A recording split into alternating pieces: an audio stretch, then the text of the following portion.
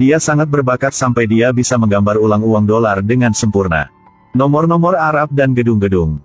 Bahkan mata Franklin. Dia juga menggambar ulang tidak kekurangan maupun kelebihan bulu apapun. Saat ditahuikan masalah ini, benar-benarnya adalah menemukan ahli pemalsu uang. Amerika sudah mengeluarkan versi baru dolar. Beralih ke potret Franklin dan memperbesar nomor Fogarty sampai 50%. Ada banyak garis dan lebih rinci. Ada lebih 100 jenis tanda anti pemalsuan. Bahkan saat memakai printer yang memiliki resolusi tertinggi. Juga memiliki salah-salah dalam saat cetak. Penikmat-penikmat juga tahu di mana palsu atau asli. Kekurangan adalah tulisan di kerah Franklin. Sebenarnya mereka menggunakan teknik pencetakan tingkat tinggi.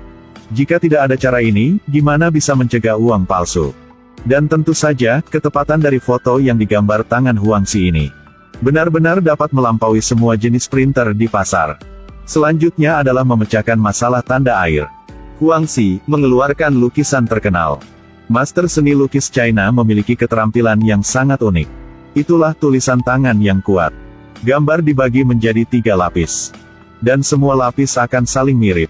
Saat ini, tiba-tiba pelukis itu paham. Yang pertama, buatlah tanda air. Kemudian, jepit 3 lembar kertas menjadi 1 dan tekan menjadi 1 lembar. Dengan cara ini, tanda air uang akan dibuat sendiri. Langkah selanjutnya itulah prostetik. Berdasarkan prinsip optik reaksi kimia. Air besar bagaimana, nanti suhu juga tinggi begitu. Hal itu sangat khusus. Jika tidak hati-hati, itu akan dihancurkan semua. Akhirnya, Huangxi dan Xiang sudah makan 2 bulan. Akhirnya, mereka sudah dibuat uang palsu persis seperti aslinya dengan sukses. Jika Anda memiliki panel listrik, nanti harus pikir tentang kertas untuk cetak. Artinya gunakan kertas bebas acid. Goresan hitam harus menjadi kuning. Bagian ini pemerintah sangat ketat. Tapi kertas bebas acid tiap tahun tidak produksi banyak. Semua dikirim ke ruang media untuk membuat buku alamat. Jadi pelukis itu harus menjadi orang cacat. Mengambil nama seorang dermawan.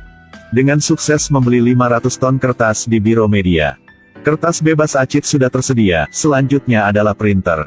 Karena semua printer uang kertas adalah printer cekung yang dibuat dengan khusus.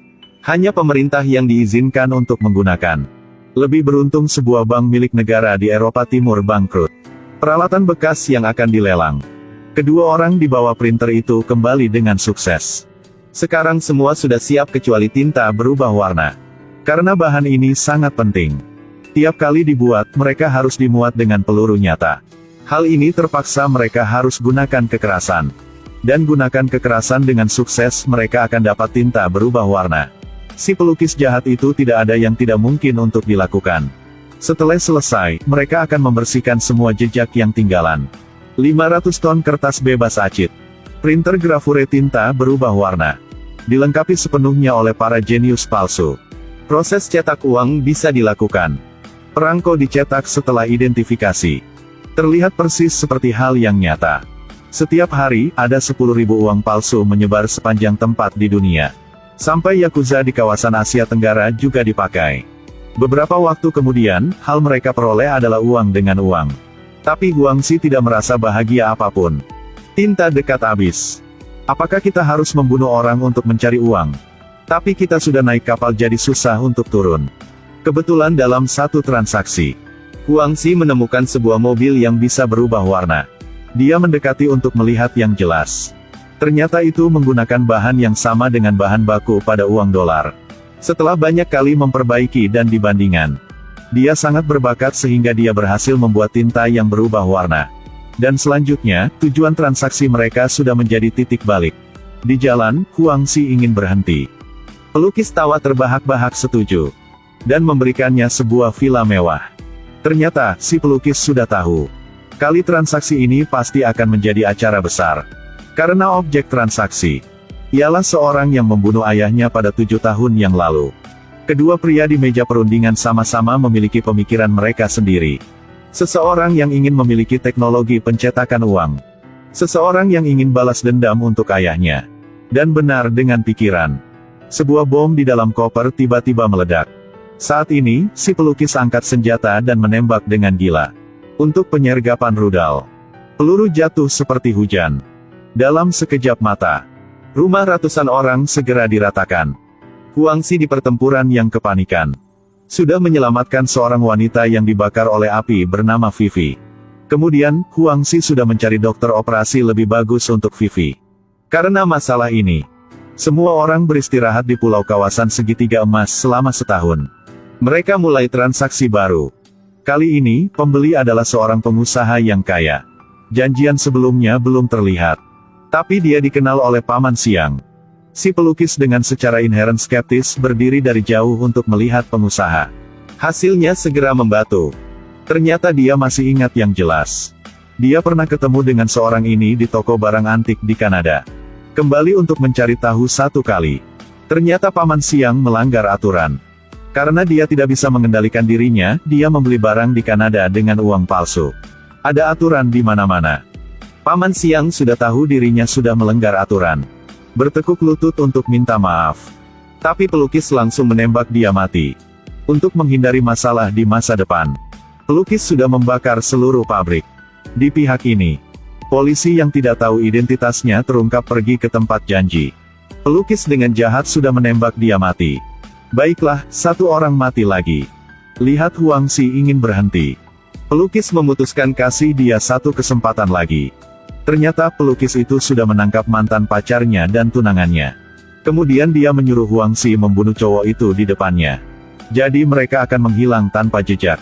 Tapi dengan seorang pengecut seperti Huang Xi, kurang tahu mendapat berani dari mana. Berbalik ujung senjata ke pelukis. Saat ini, Vivi sedang mencinta Huang Xi. Diambil senapan mesin ringan dan tembak dengan gila. Hasilnya kelompok pelukis sudah mati semua. Kemudian Huang Xi dan Vivi mulai kehidupan tersembunyi. Tapi waktu yang indah tidak lama. Hari ini Huang Xi membaca koran bahwa keluarga 5 orang Paman Siang sudah terbunuh. Hal ini terbukti pelukis belum mati. Kalau terus begini, pelukis pasti akan menyerang mantan pacarnya.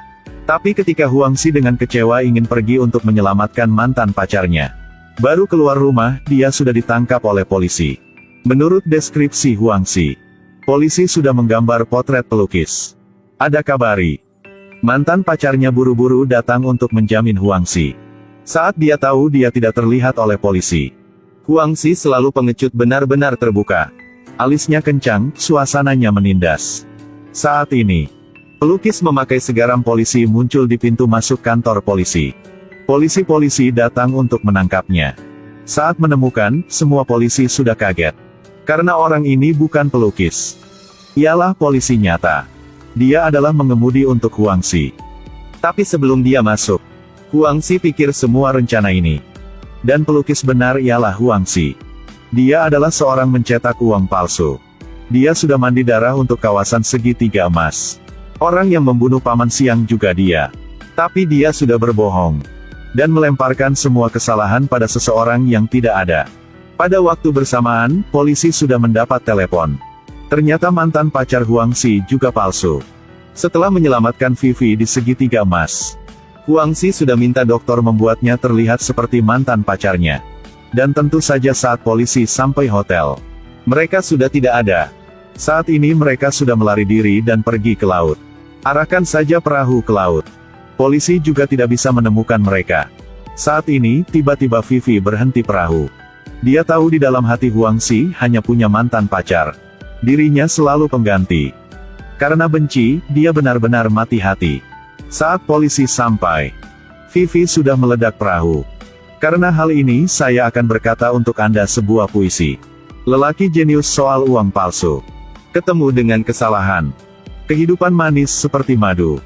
Tidak perlu berspekulasi untuk untung. Akhir.